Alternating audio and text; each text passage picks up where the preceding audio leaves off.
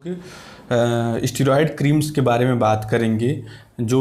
काफ़ी लोग पिंपल्स के इलाज में स्टेरॉयड क्रीम्स का इस्तेमाल कर लेते हैं। तो बाज़ार में अभी बहुत तरह के स्टेरॉयड क्रीम्स बहुत इजीली अवेलेबल हैं और ये जो स्टेरॉयड क्रीम का जो दुरुपयोग है वो बच्चों में और महिलाओं में काफ़ी ज़्यादा देखा गया है। तो पिंपल्स की समस्या जो है बच्चों में बहुत ही सामान्य है, स्पेशली 15 से लेकर के 30 की एज में पिंपल्स की समस्या बहुत ही कॉमन है। तो लोग बाज़ार से तमाम तरह के स्टेरॉयड क्रीम लेकर के लगाने लगते हैं, जैसे कि Betnovate cream, moment cream, No Scars, इसी तरह के और भी तमाम तरह के स्टेरॉयड क्रीम जो कि चेहरा साफ करने के लिए और दाग धब्बे और कील मुहासों से मुक्ति पाने के लिए ईजिली मेडिकल स्टोर्स पे अवेलेबल हैं, उसको लेकर के लगाने लगते हैं। इससे एक विशेष प्रकार की क्षति देखी गई है।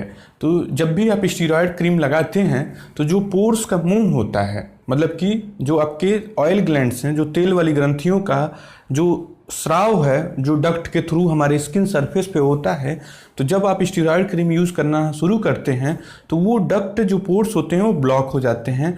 तो इससे क्या होता है कि स्टेरॉयड क्रीम से क्लोज्ड कॉमेडोन्स, मतलब छोटे छोटे जो लाल लाल पस वाले दाने थे वो कन्वर्ट हो जाते हैं छोटे छोटे स्किन कलर्ड कॉमेडोन्स में, जो कि ध्यान से साइड से यदि टार्च मारा जाए तो छोटे छोटे बहुत सारे दाने दिखते हैं।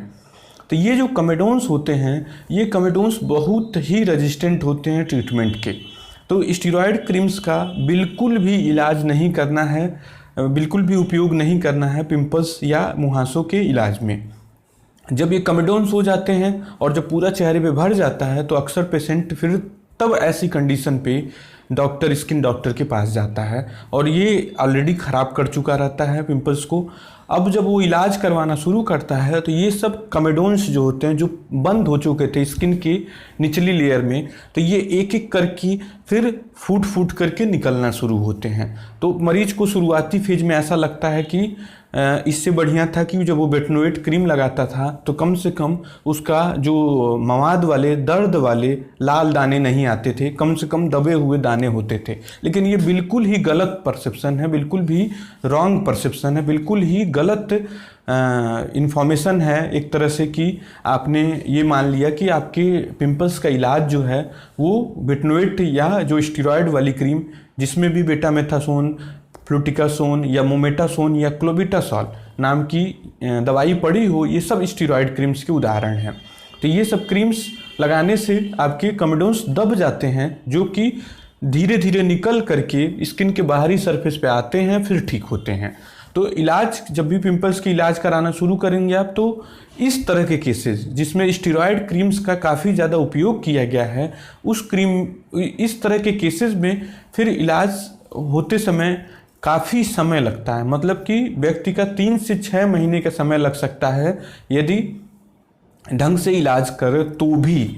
मतलब कि जैसे कि जो मेन थेरेपी होती है, जैसे कि आइसोट्रेटिनोइन या फिर डॉक्सीसाइक्लिन या एजिथ्रोमाइसिन और लगाने वाली तमाम तरह का क्रीम डॉक्टर के निगरानी में भी कर रहे हैं, तो भी जिन केसेस में स्टेरॉयड अब्यूज हुआ है, स्टेरॉयड बहुत ज़्यादा लगाया गया है, उन केसेस में 3 से 6 महीने तक लग सकते हैं। और शुरू में ऐसा लग सकता है कि आपके पिंपल्स बढ़ रहे हैं, दर्द वाले दाने बढ़ रहे हैं, पस वाले दाने बढ़ रहे हैं, लेकिन इससे बिल्कुल भी घबराएं न और इलाज से स्टिक करें। ऐसा भी हो सकता है कि डॉक्टर आपका एक निडल एक्सटिर्पेशन, मतलब कि सुई से या फिर एक छोटे इंस्ट्रूमेंट से आपके पिंपल्स को निकाला जाता है जो अंदर धंसे हुए होते हैं। तो वो सब प्रोसीजर भी 2 बार 3 बार ऐसे कई बार करने पड़ सकते हैं। तो उससे भी आपको बिल्कुल भी घबराना नहीं है। अब जो स्टेरॉयड आपने लगा लिया वो तो लगा लिया, लेकिन फिर उसका दुरुपयोग ना करें और सोसाइटी में दूसरे लोगों को भी टीच करने की कोशिश करें, समझाने की कोशिश करें कि इसका दुरुपयोग ना करें।